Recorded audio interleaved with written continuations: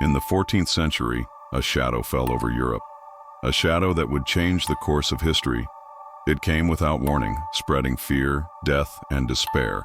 This was the Black Death, one of the most devastating pandemics humanity has ever known. It began quietly, carried by fleas on rats aboard merchant ships from the east.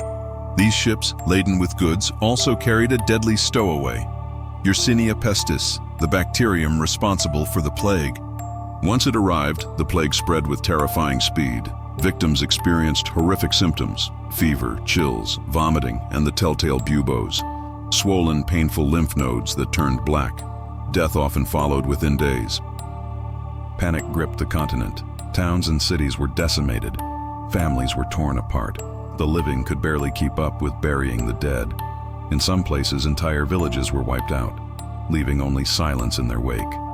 Medicine in the 14th century was powerless against the plague.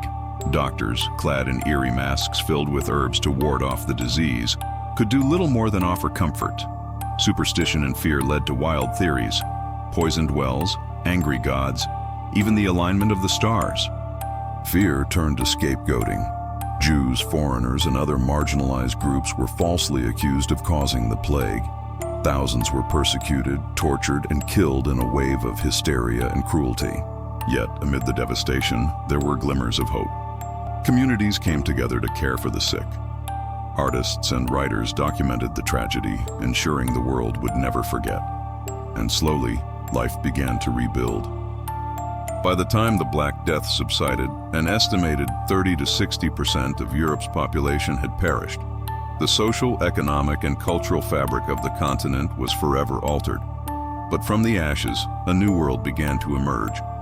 The Black Death was a tragedy of unimaginable scale, but it also taught humanity valuable lessons about resilience, compassion, and the enduring strength of the human spirit. It reminds us that even in our darkest hours, we have the power to rise again.